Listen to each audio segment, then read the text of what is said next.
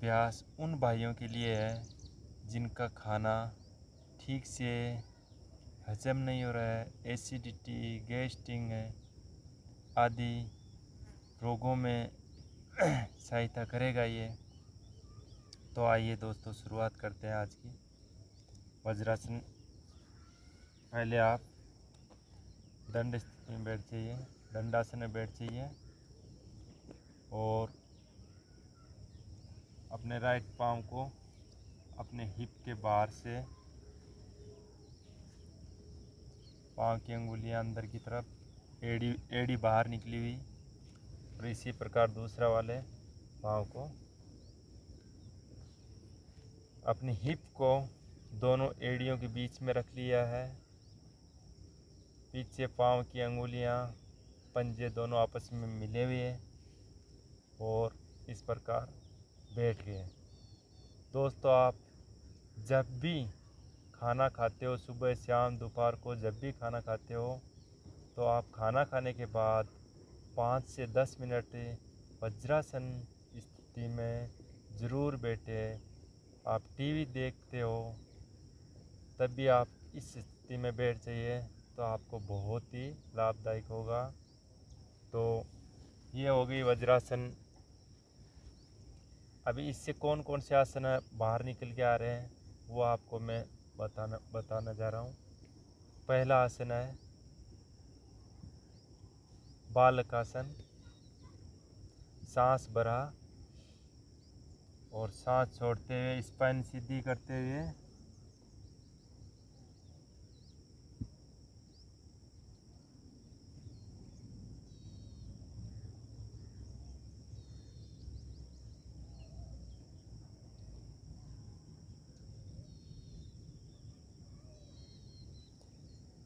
जिसका माथा ज़मीन में नहीं लग रहा है वो कोई ईंट या ब्लॉक या कोई भी कुछ ऐसा ले लीजिए, नहीं तो ऐसे इस प्रकार रहिए।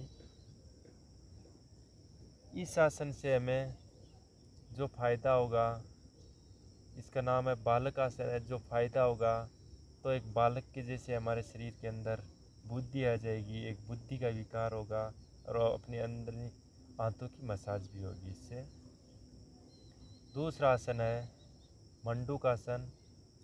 अपने हाथ की राइट लेफ्ट जो भी अपने मुट्ठी को बंद किया, बड़ी वाली अंगुली को मुट्ठी के अंदर खींचा और ये वाला सिरा यहाँ नाभि के बीच में लगाया और सांस भरते हुए भर के सांस छोड़ते धीरे धीरे धीरे धीरे नीचे झुक जाइए। जिस भाई को नीचे झुकने में प्रॉब्लम हो रही है तो वो आधा में रुक जाइए, यहाँ तक रुक जाइए, यहाँ तक। ये आसन बहुत ही लाभदायक है। ये मंडूकासन करने से क्या है कि हमारे नाभि के इर्द गिर्द जो भी बहते जा रहे नाड़ियों का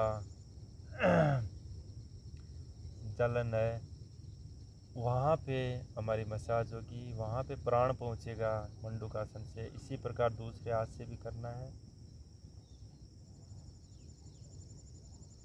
सांस छोड़ते हुए धीरे धीरे नीचे,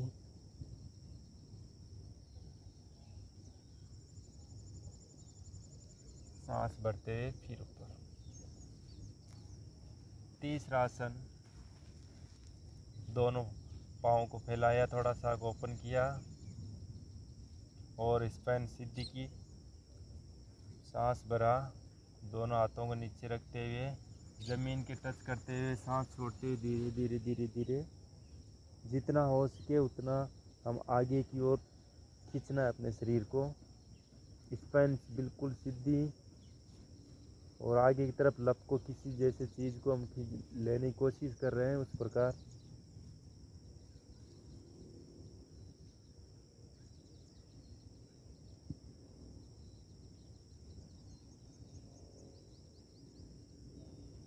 ये तीसरा आसन हो गया। चौथा आसन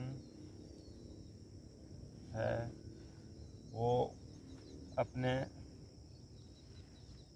हिप से अपने पाँव को थोड़ा सा बाहर करना है इस प्रकार। हम बैठ के ज़मीन के ऊपर अपनी हिप को रख दिया है और ऐसे बैठ गया है और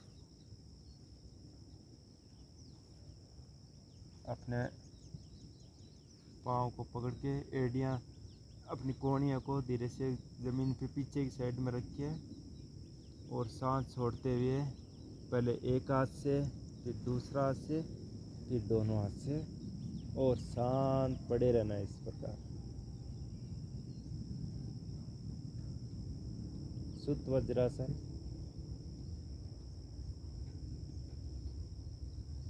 फिर वापस उठने टाइम में सांस भरते हुए अपना कोहनियों का सहारा लेते हुए वापस वज्रासन में।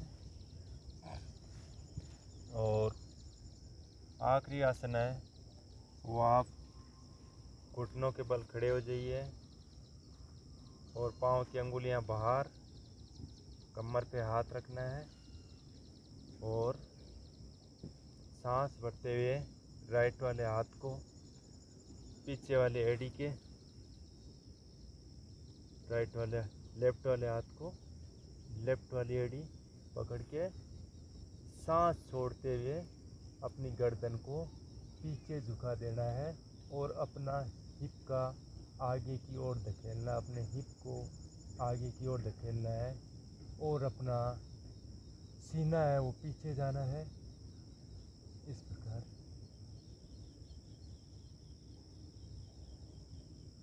जितना पीछे झुक सके उतना, जितना कंफर्ट है, कोई जोर ज़बरदस्ती ना करें।